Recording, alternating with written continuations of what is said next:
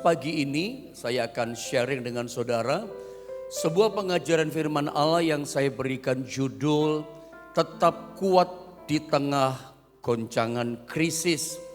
Dalam beberapa minggu bahkan mungkin dalam beberapa bulan saya banyak melepaskan pengajaran firman Tuhan kepada saudara. Saya banyak bicara tentang krisis. Saya banyak bicara tentang pergumulan kehidupan yang kita hadapi. Karena mengingat memang isu yang sedang kencang hari ini terjadi di tengah-tengah dunia di mana kita ada adalah krisis yang melanda dunia secara global. Mau krisis ekonomi, iya krisis pangan, iya juga krisis bahan bakar minyak BBM itu pun terjadi. Dan kita sama-sama tahu ketika bahan bakar minyak mengalami krisis harga tinggi maka itu berdampak ke semua. Kepada pangan, kepada keuangan, ekonomi merantak semuanya saudara ya. Makanya Anda jangan heran dalam beberapa bulan bahkan ke depan saya akan banyak bicara tentang tantangan, pergumulan. Karena memang ini peperangan kita, lawan kita, musuh kita yang sedang kita hadapi saat-saat ini. Makanya pagi ini saya berbagi dengan saudara sebuah pengajaran firman yang saya berikan judul Tetap Kuat di Tengah Goncangan Krisis yang sedang melanda dunia ini secara global. Kita baca ayatnya ya. Dalam Filipi pasal yang keempat pada ayat yang ke-13. Mari Bapak Ibu Saudara kita membaca ayat ini bersama-sama ya. Filipi pasal yang keempat ayatnya yang ke-13. 1, 2, dan 3.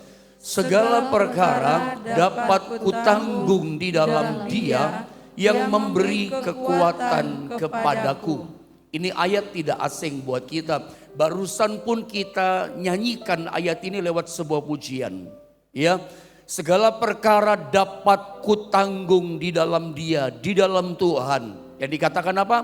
Dia yang memberikan kekuatan kepada kita dalam menghadapi goncangan krisis yang melanda dunia ini. Saudara, pada bagian poin pertama saya bagi sama saudara begini. Bahwa kita sama-sama tahu, sama-sama mengerti tentunya bahwa selama kita hidup saudara ya, yang namanya krisis dalam kehidupan ini itu merupakan cerita yang sangat natural terjadi dalam hidup kita. Bahkan krisis itu bisa terjadi berkali-kali dalam hidup ini. Yang penting pagi ini ya kita tahu kok krisis itu terjadi melanda dunia. Krisis bisa menggoncang juga kehidupan kita. Krisis dalam bentuk apapun itu bisa kita alami. Krisis kesehatan, krisis dalam pekerjaan kita ada masalah. Krisis bentuknya macam-macam kita hadapi. Krisis keuangan dalam hidup kita mungkin bermasalah. Di bank lagi tipis ya, rekeningnya di bank saudara, dompetnya pun lagi tipis keuangan saudara. Ada banyak macam-macam krisis melanda kehidupan kita. Ada orang krisis dalam rumah tangganya gak bahagia lagi.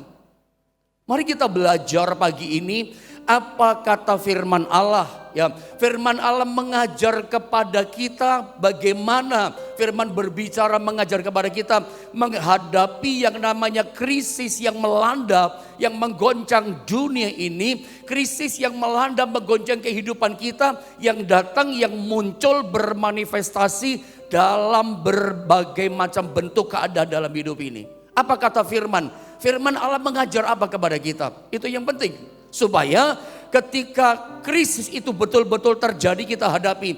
Kita bisa menghadapi krisis dalam kehidupan kita, hadapi dengan kepala tegak.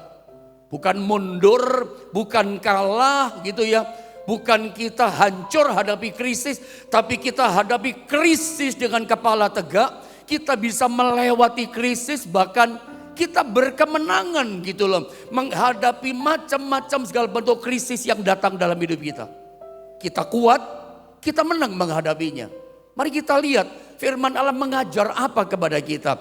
Coba kita baca ulang sekali lagi ini ayat saudara ya.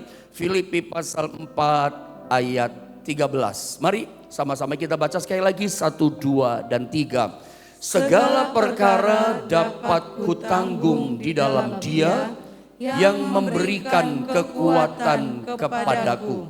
Sekali lagi lihat PowerPoint ini.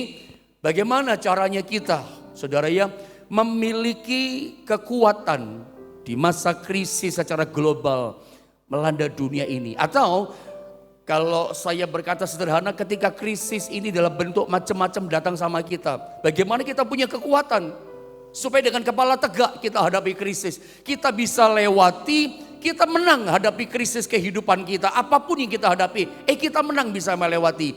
Bagaimana caranya kita punya kekuatan untuk menang itu?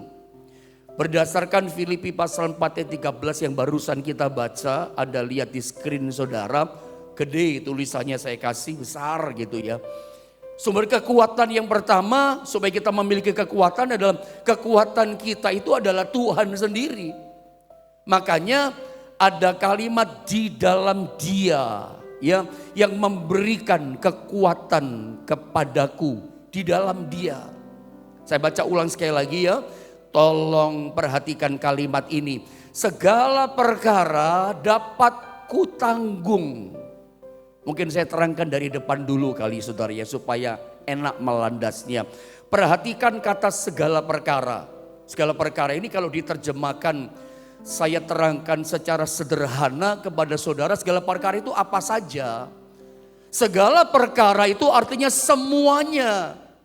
Semuanya yang terjadi, apa saja yang kita hadapi, semua kesukaran yang melanda kehidupan kita, dikatakan dapat kutanggung. Coba bilang sama-sama saya, dapat kutanggung. Coba sekali lagi bilang sama-sama saya, dapat kutanggung. Ada kata kutanggung. Saya sempat baca tadi, memang saya gak sempat tuliskan buat saudara, tapi saya sempat pelajari. Kata dapat kutanggung, kata kutanggung itu ternyata dalam terjemahan teks asli bahasa Yunani disalin dengan kata iso, I-S-S-O, iso. Iso itu ternyata artinya begini, semuanya yang datang sama kita, semua perkara, semua kesulitan, semua kesusahan, apa saja namanya kesukaran yang menekan kita, yang hantam kehidupan kita, itu ternyata semuanya itu dapat kita tanggung. Dapat kita iso. Iso itu artinya apa? Ada kekuatan bekerja dalam kita. Ada kuasa gitu yang bergerak dalam kehidupan kita, yang percaya di dalam Dia. Jadi kata kutanggung, semuanya dapat kita tanggung. Itu kenapa? Karena ada kekuatan, ada sumber kekuatan, ada sumber kuasa yang bergerak ya, yang bekerja aktif dalam diri kita orang percaya. Makanya dikatakan dari mana kita memiliki kekuatan? Kekuatan itu ternyata di dalam Dia, munculkan ayatnya, yang memberikan kekuatan kepadaku. Perhatikanlah kalimat di dalam Dia. Dia di sini adalah Yesus Tuhan kita. Ya. Di dalam Dia, Dianya ini Yesus, saudara ya.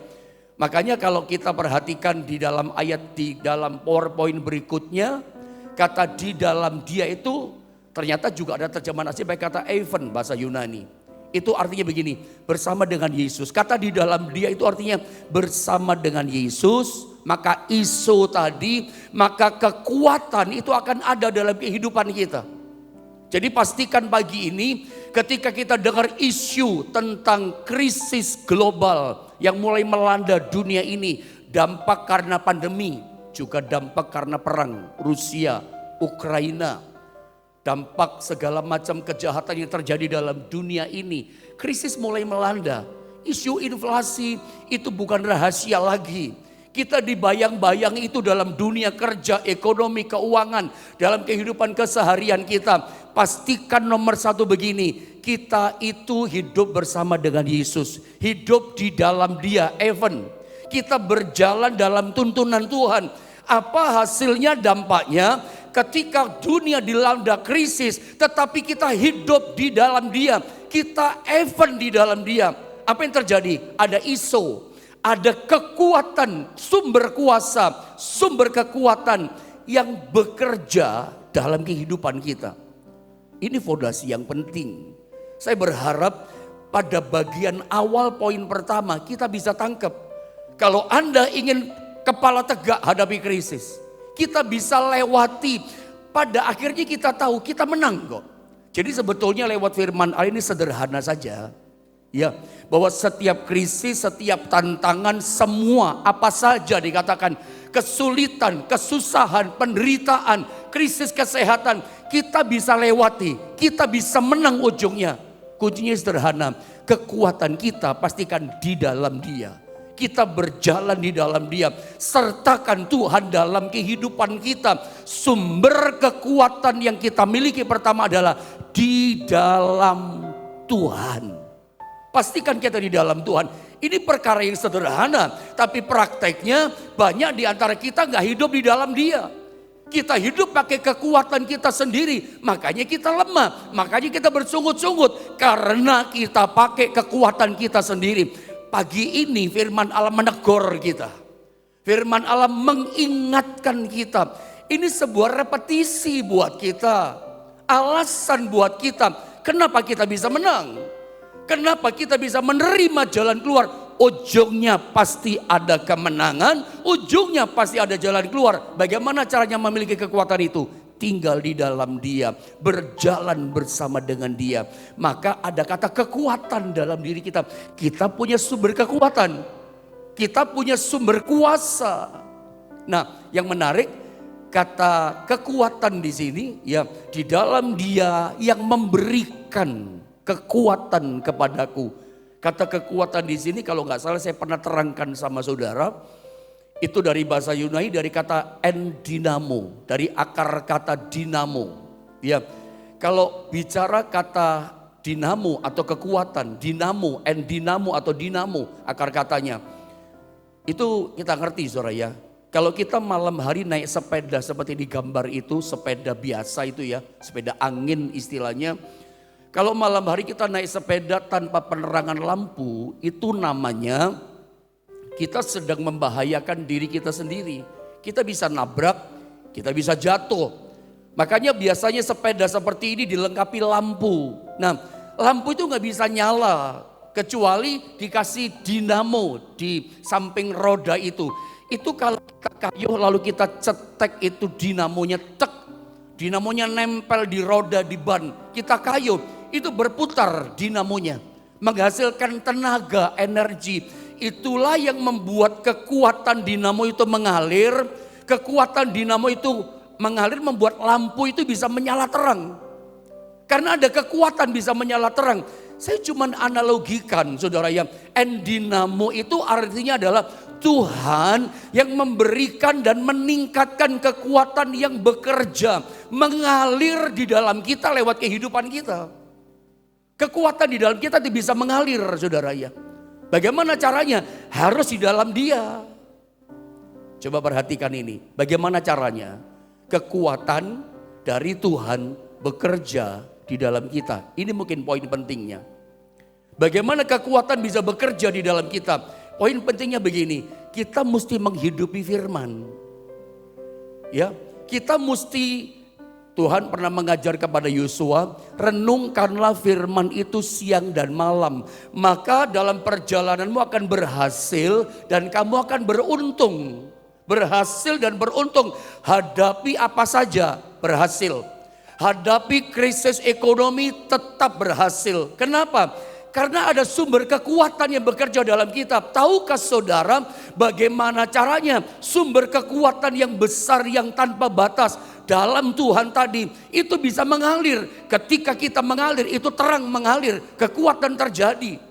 Dan kekuatan yang mengalir itulah yang membuat kita menerima jalan keluar, membuat kita berhasil, membuat kita beruntung, membuat kita menang menghadapi apa saja dalam hidup ini. Bagaimana caranya?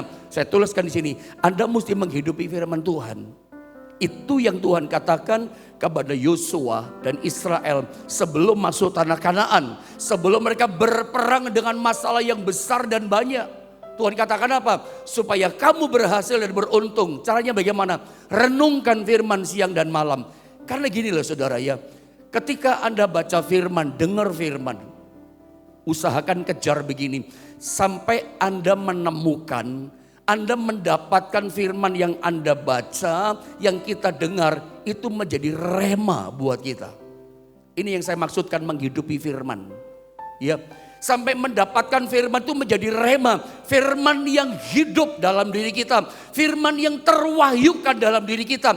Karena ternyata kekuatan yang tanpa batas, yang bekerja, yang bergerak. Itu akan keluar kuasa itu. Mengalir buat kita, menolong buat kita. Caranya bagaimana? Mesti menghidupi firman, lewat firman. Karena kita tahu di Ibrani pasal 11. Mungkin tolong disiapkan multimedia di ayat yang ketiga. Alkitab katakan karena iman kita mengerti. Coba kita sambil tunggu multimedia ya. Karena saya gak sempat catat. Ibrani 11, ini ayatnya. Mari sama-sama kita baca saja ya. Ibrani 11 ayat 3 supaya kita memahami 1, 2, dan 3. Karena iman kita mengerti bahwa alam semesta telah dijadikan oleh firman Allah. Sehingga apa yang kita lihat telah terjadi dari apa yang tidak dapat kita lihat. Clear saudara ya. Karena iman kita mengerti bahwa alam semesta dan isinya itu besar, makro. Ya. Dijadikan alam semesta dikatakan oleh firman Allah. Sehingga apa yang kita lihat, laut, gunung, bintang, langit, matahari, semua alam semesta yang kita lihat sekarang itu terjadi dari apa yang tidak dapat kita lihat. Lewat apa yang tidak kelihatan jadi kelihatan. Lewat apa tercipta alam semesta. Alkitab mengajar kepada kita lewat firman. Dia berfirman, jadilah terang, terang jadi. Jadilah matahari, jadi. Jadilah bumi, jadi. Lewat apa tercipta jadi kekuatan itu? Lewat firman. Saya kasih contoh lebih sederhana. Anda tahu Petrus seorang yang gagal total. Alkitab ceritakan kepada kita semalam-malaman dia menjala ikan di danau Galilea atau danau Genesaret. Tidak ada seekor ikan pun yang dia tangkap. Artinya apa? Ini orang gagal total dalam pekerjaannya. Bukan untung tapi buntung rugi. Rugi waktu dia. Hampir semalam-malaman tapi gagal. Lalu Anda tahu ceritanya, Yesus datang kepada dia, pinjam perahunya, gitu kira-kira istilahnya. Untuk apa? Yesus pinjam perahunya Petrus untuk mimbar. Mimbar untuk apa? Untuk mengajar firman. Petrus tolakkan perahu musi kita ke jauh dari pantai. Untuk apa? Yesus mulai mengajar firman. Yesus gak langsung bikin mujizat. Enggak. Yesus gak langsung tolong kegagalan Petrus. Belum. Petrus belum mengalami pemulihan. Petrus belum mengalami berkat. Sebelum mujizat berkat terjadi, Yesus sampaikan firman dulu. Selalu di awalnya dengan firman, saudara. Supaya apa? Supaya konsep yang salah dibongkar. Prinsip hidup yang salah dibongkar. Yang keliru-keliru dibajak, dibongkar. Dengan apa dibongkarnya? Dengan firman pengajaran. Dengan firman dibongkar, saudara. Supaya apa? Supaya ngerti dulu firman. Supaya pikiran. Karena firman itu pikirannya Allah. Firman itu selain perkataan Allah. Firman itu adalah pikirannya Allah. Makanya pikiran kita mesti tunduk sama pikirannya Allah. Bukan pakai pikiran kita kalau gagal. Makanya gagal terus. Makanya Alkitab katakan renungkanlah. Renungkan itu pikirkanlah. Firman Allah itu siang dan malam. Supaya pikiran kita disucikan, pikiran kita dibersihkan dengan firman. Hadapi krisis kegagalan bukan lagi pakai cara pikiran kita yang udah kalah ini. Pakai firman, percaya pada firman, pikiran tunduk pada firman. Kita nggak berkata gini, mana mungkin bisa terjadi, masa sih Tuhan bisa tolong. Nah pikiran model begini, ini pikiran yang tidak percaya. Pikiran yang pakai prinsip cara kita sendiri. Pikiran yang pakai kekuatan batasan kita sendiri. Memang secara pikiran kita gak mungkin bisa berhasil, gak mungkin bisa menang. Makanya dibersihkan dengan pikiran Tuhan. Tuhan berfirman dulu. Setelah Tuhan merasa cukup berfirman, tiba-tiba Yesus berkata kepada Petrus, Petrus sekarang tebarkan jalamu. Baru Tuhan ngomong itu. Petrus ngomong, pikirannya berkata begini dengan mulutnya, semalam-malaman aku gagal Tuhan, tapi karena Engkau berfirman, Engkau yang berkata, aku tebarkan jala juga. Karena perkataanmu, karena firmanmu aku tebarkan jala. Berhasil loh, sekali tebar. Alkitab katakan sampai hampir koyak, 2 perahu penuh dengan ikan. Itu mujizat berkat yang memecahkan rekor. Dia belum pernah alami itu. Makanya semuanya terkagum-kagum. Kok kita bisa ngalami ini ya? Tuhan yang melakukannya. Lewat apa kuasa yang gagal bisa berhasil? Lewat kuasa firman. Jadi dalam diri kita percayalah. Orang Kristen itu ada kekuatan, ada iso yang bekerja dalam diri kita. Ada mesti percaya, ada kekuatan Tuhan dalam diri kita. Yang percaya katakan amin. Kita hidup di dunia ini gak sendiri loh. Anda harus punya iman, ada kekuatan Tuhan yang bekerja. Ada kekuatan Tuhan yang bergerak dalam diri kita. Bagaimana caranya mengalir? Lewat rema. Lewat firman yang kita taati. Lewat firman yang kita hidupi. Ketika Yesus berkata kepada Petrus, itu firman yang hidup. Itu firman yang terwahyukan, firman yang hidup, yang kita hidupi, yang kita imani. Ketika kita lakukan, ketika kita taati, gak menyimpang ke kanan, gak menyimpang ke kiri, itu jadi mujizat. Itu jadi jalan keluar, itu jadi kekuatan buat kita. Itu menjadikan kita bisa melewati krisis semua yang kita hadapi dalam hidup kita. Saya tidak tahu krisismu, engkau mungkin krisis kesehatan. Tapi oleh rema firman yang hidup, kuasa itu mengalir, tubuhmu disembuhkan oleh Tuhan. Lewat firman, sebab Alkitab mengungkapkan sebuah rahasia yang tidak kelihatan jadi kelihatan. Itu karena firman. Alam semesta tercipta. Kita itu kalau lihat lautan saja, wow besar sekali, kagum kita.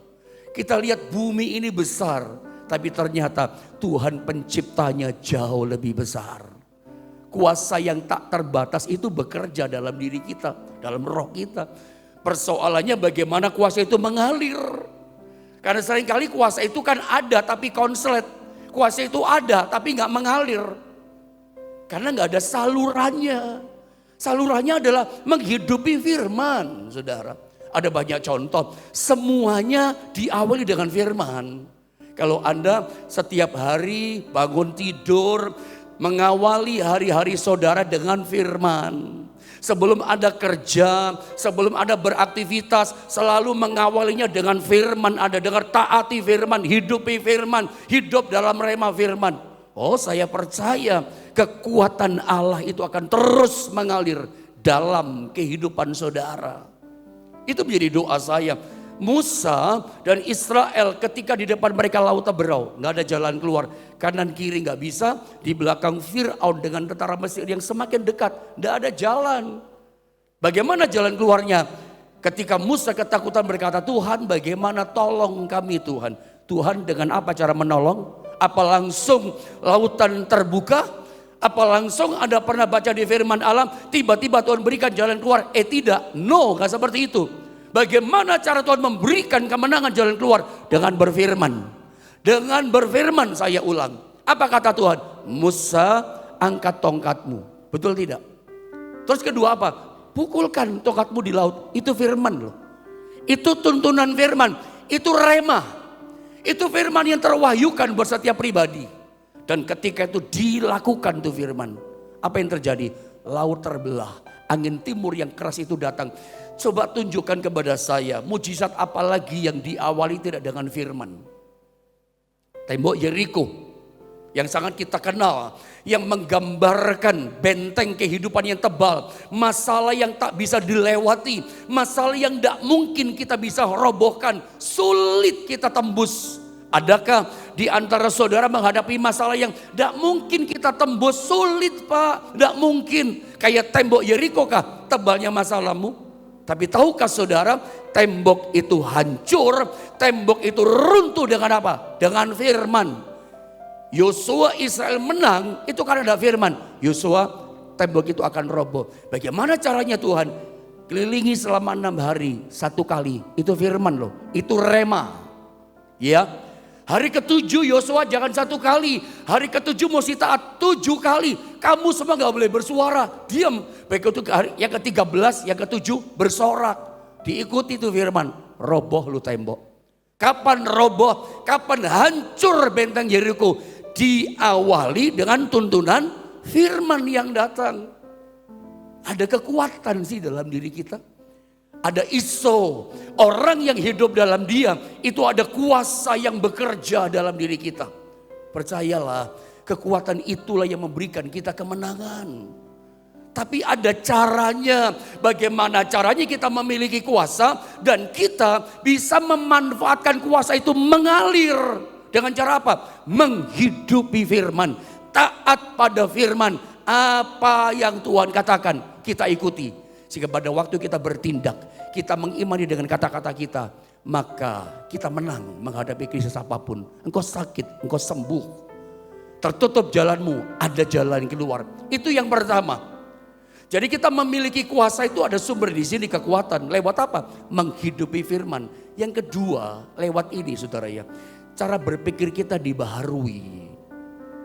Yang pertama, kekuatan ada, tapi kita mesti menghidupi firman. Yang kedua, kekuatan itu kita miliki lewat ini loh, pikiran. Jadi kekuatan firman, yang kedua adalah kekuatan pikiran.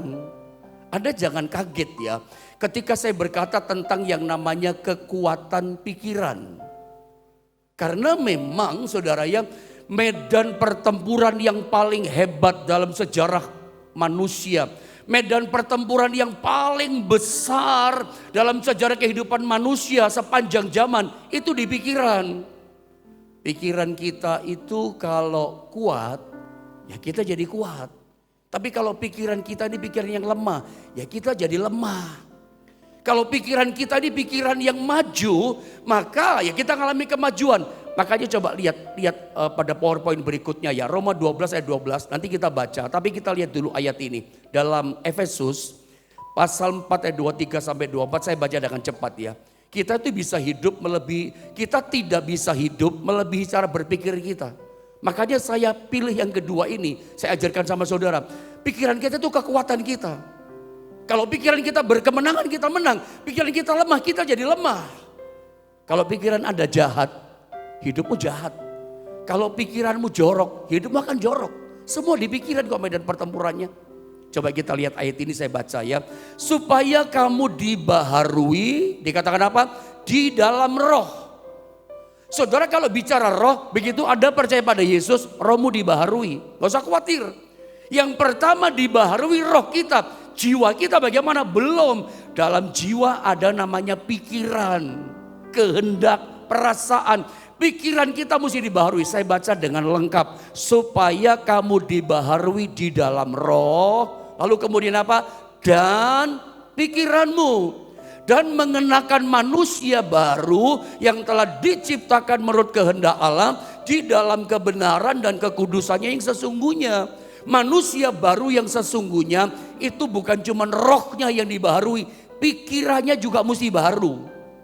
Kenapa sih orang gampang ngomel-ngomel, pikiranmu lemah? Kenapa sih Anda suka menyalahkan Tuhan, marah-marah sama Tuhan? Sorry saya katakan, sorry to say, jahat pikiranmu.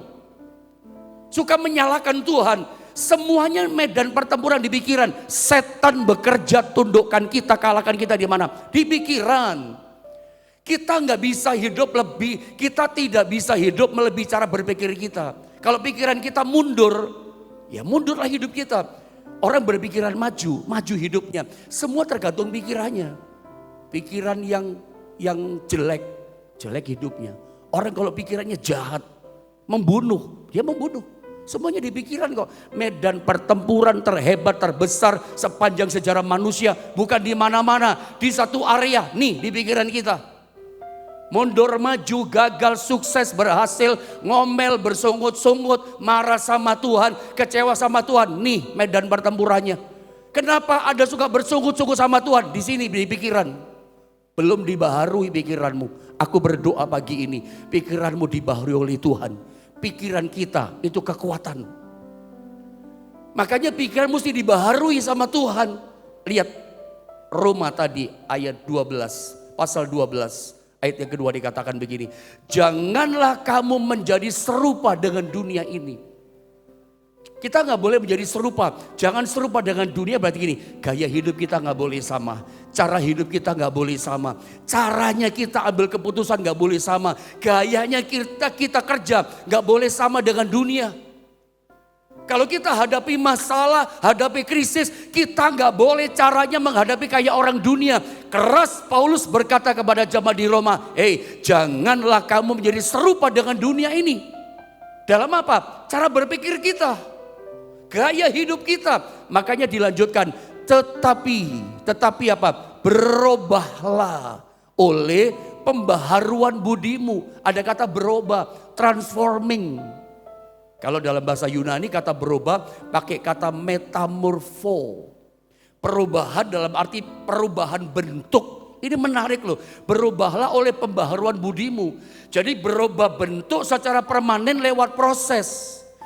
Saya pernah dengar istilah transfigurasi.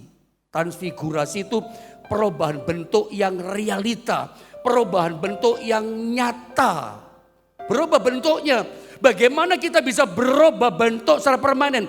Renewing your mind dikatakan. Transforming by renewing your mind. Jadi kita itu berubahnya lewat apa? Pikiran. Kalau pikiran kita gak dibaharui sama firman. Tuhan gak baharui pikiran kita. Maaf kata-kata saya, rusak tetap rusak. Jahat tetap jahat. Ada masalah ngomel sama Tuhan. Ada kesulitan marah sama Tuhan. Saudara dengarkan saya, pikirannya belum betul ini. Rohnya sudah bagus, rohmu sudah manis, rohmu sudah dibaharui sama Tuhan. Tapi sorry saya katakan, pikirannya yang belum dibaharui. Aku berdoa pagi ini, pikiran kita dibaharui. Supaya kita menang melawan tantangan global krisis, tak tergoncangkan. Ada kekuatan Tuhan lewat firman. Tapi yang kedua lewat pikiran. Pikiran kita kalahlah kita. Pikiran kita lemah, sedikit-sedikit ngomel. Sedikit-sedikit gak usah sama Tuhan deh. Gak usah ke gereja deh. Itu lemah pikiranmu. Engkau mesti dibaharui pikiranmu pagi ini. Ya, berubah bentuk lewat pemikiran. Berubah bentuk. Transfigurasi itu begini loh, berubah bentuk secara permanen. Saya pernah terangkan sama saudara. Berubah bentuk itu dari misalnya bentuknya kayak begini. Anda lihat ya, itu jadi begini. Itu berubah bentuk permanen loh. Tidak sama sekali, berubah total. Dari gini jadi begini, berubah loh total. Dari bulat, lonjong jadi kotak. Dari tukang marah menjadi sabar. Dari hadapi masalah gampang ngomel bersungut-sungut jadi bisa bersyukur. Tetap membesarkan Tuhan. Itu berubah total hidup kita. Transforming, metamorfo. Berubah total. Ketika kita berubah seperti ini. Tadi Petrus berkata, aku gagal Tuhan semalam-malaman. Tapi karena Engkau yang berkata, firman-Mu yang berkata, aku kerjakan. Itu berubah. Secara manusia gak mungkin ada ikan. Saya berharap Anda bisa menangkap di firman. Bagaimana kita tak tergoncangkan hadapi krisis global yang melanda dunia ini. Anda mesti menghidupi firman saudara. Itu membuat Anda berhasil dan beruntung. Kita ada kekuatan, ada iso dalam diri kita. Tapi tanpa firman kuasa gak mengalir. Tanpa firman kita taati, tanpa firman kita hidupi. Kuasa itu shortcut diam di sini. Cuman diam, buat apa ada kuasa gak bekerja? Konslet hidup kita. Karena pikirannya mungkin masih konslet. Pikiran kita mesti dirubah. Roh kita udah manis. Begitu percaya pada Yesus, roh kita dibaharui. Pikiran belum, jiwa belum, badan belum. Makanya untuk menjadi serupa seperti Kristus, itu pikiran dulu dibaharui. Jiwa dibaharui. Kalau jiwa bisa ditundukkan, itu nanti roh ikut. Apalagi tubuh juga ikut. Makanya Daud pernah berkata, hatiku dan dagingku bersorak-sorak bagi Allah yang hidup. Dagingnya ikut bersorak. Daging kalau bersorak kelihatan, jiwa bersorak, hati gak kelihatan saudara ya. Tapi saya berdoa pagi ini sumber kekuatan kita. Saya berdoa pikiran kita, pikiran dibaharui, berubah bentuknya. Pikiran yang percaya, pikiran yang mudah taat sama Tuhan. Apapun yang Tuhan firmankan, kita setuju. Ingat, kehidupan kita gak pernah bisa lebih maju sesuai dengan pikiran kita. Pikiran kita seperti apa? Ketika pikiran kita percaya, maka yang kita percaya itu yang jadi sama kita. Biarlah firman Allah ini boleh mengubahkan, memberkati setiap kita.